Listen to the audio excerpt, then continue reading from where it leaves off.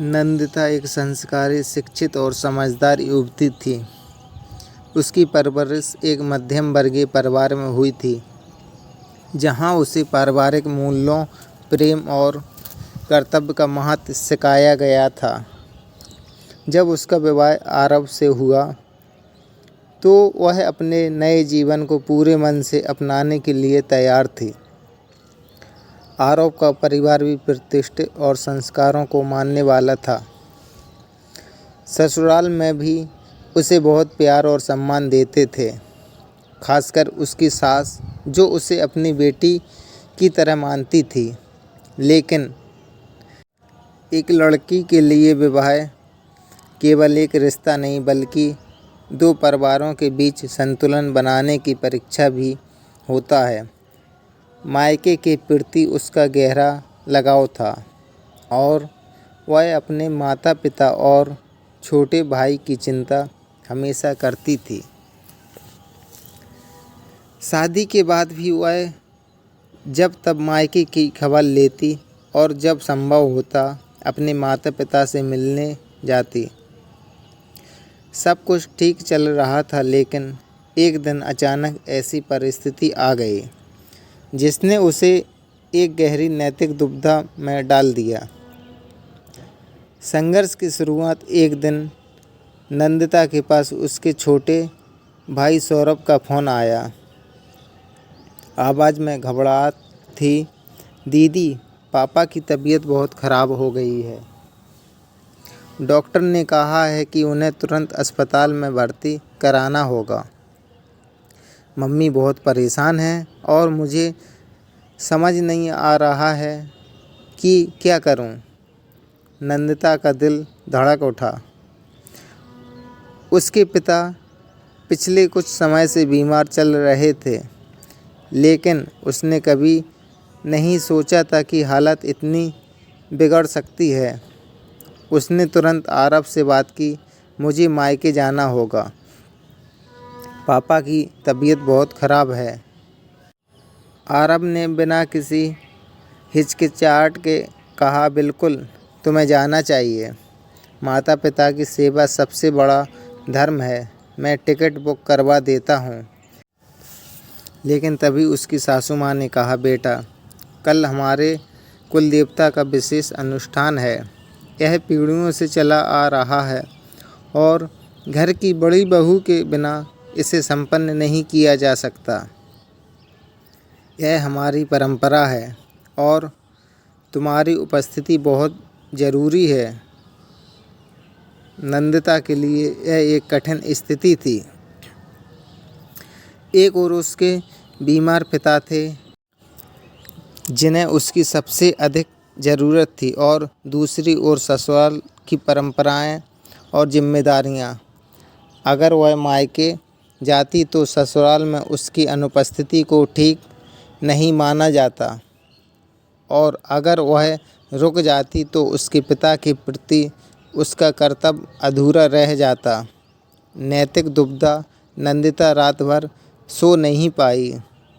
उसका मन दो दिशाओं में खिंच रहा था।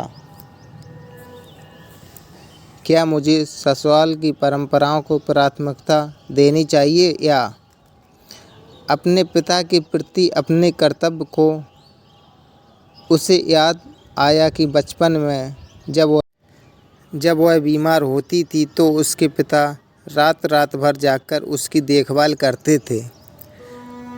उसकी माँ हमेशा कहती थी, बेटा, जब तुम बड़ी हो जाओगी तो हमें किसी सहारे की ज़रूरत पड़ेगी, लेकिन हम जानते हैं कि हमारी नंदिता हमें कभी अकेला नहीं छोड़ेगी। अब वही समय था जब उसके माता पिता को उसकी सबसे ज़्यादा ज़रूरत थी। लेकिन क्या ससुराल की जिम्मेदारियों से मुँह मोड़कर जाना उचित होगा? सासू माँ भी तो उसके लिए एक माँ जैसी ही थी, और उनकी भावनाओं को ठेस पहुँचाना क्या सही होगा? उसे समझ नहीं आ रहा था कि क्या करें। समाधान की खोज। सुबह होते ही उसने आरव से कहा, क्या ऐसा नहीं हो सकता कि मैं कुछ समय के लिए मायके चली जाऊं और यहाँ के अनुष्ठान की जिम्मेदारियां तुम और माँ मिलकर संभाल लो? आरव थोड़ी देर सोचते रहे और फिर बोले, मुझे लगता है कि यह सही समाधान हो सकता है, लेकिन माँ को समझाना आसान नहीं होगा। नंदिता ने अपनी सासू माँ के पास जाकर हाथ जोड़कर कहा, माँ, मैं आपकी परंपराओं और मान्यताओं को पूरा सम्मान करती हूँ, लेकिन मेरे माता पिता ने मुझे जन्म दिया, पाला पोसा और इस काबिल बनाया कि मैं आज इस परिवार की बहू हूँ। अगर मैं अपने पिता की बीमारी में उनके साथ ना रहूं तो मेरा मन कभी शांत नहीं होगा। सासू माँ ने उसकी आंखों में झांका। वहाँ कर्तव्य की एक ईमानदार भावना थी। कुछ देर की चुप्पी के बाद उन्होंने कहा, बेटा, मुझे तुम पर गर्व है कि तुम अपने माता पिता के प्रति इतनी समर्पित हो। जाओ, लेकिन हमें हर हाल में खबर देती रहना। नंदिता की आंखें भर आईं।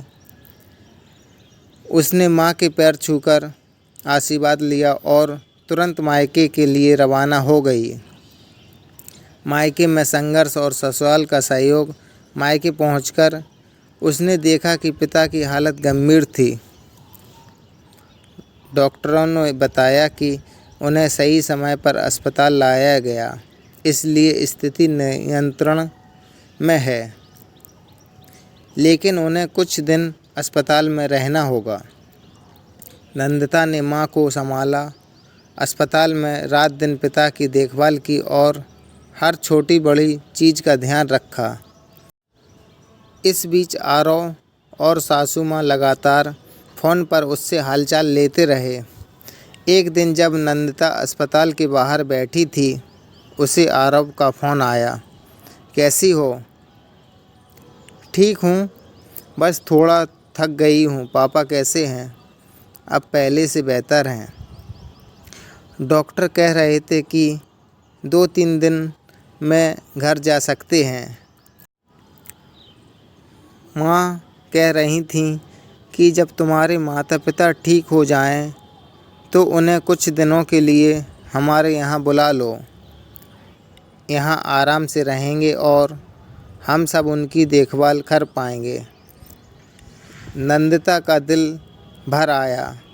यह उसका दूसरा परिवार था, जो मायके के प्रति उसकी भावनाओं को समझ रहा था और उसे अपना पूरा सहयोग दे रहा था। परिणाम कुछ दिनों बाद जब पिता की हालत पूरी तरह ठीक हो गई, तो नंदिता वापस ससुराल लौट आई। वहां पहुंचकर उसने देखा कि आरव और सासू माँ ने पूरे घर को अच्छे से संभाला था। अनुष्ठान भी सफलतापूर्वक संपन्न हुआ था।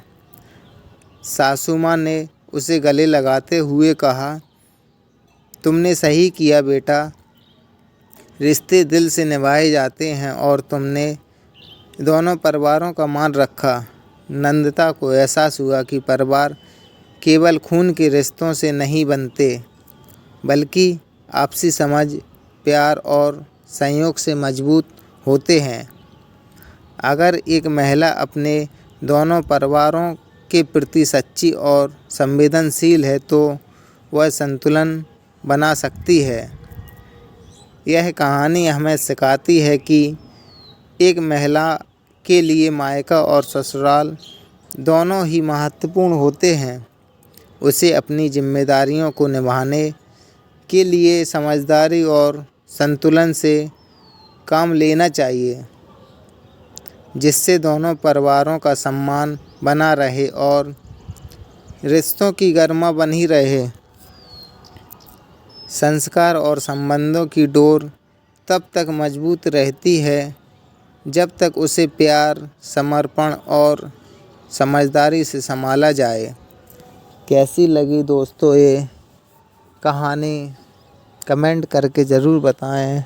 और हमारे यूट्यूब चैनल को सब्सक्राइब करें, जिससे आपको ऐसी ही कहानियाँ मिल सकें। मिलते हैं अगली कहानी में, जब तक अपना ध्यान रखें।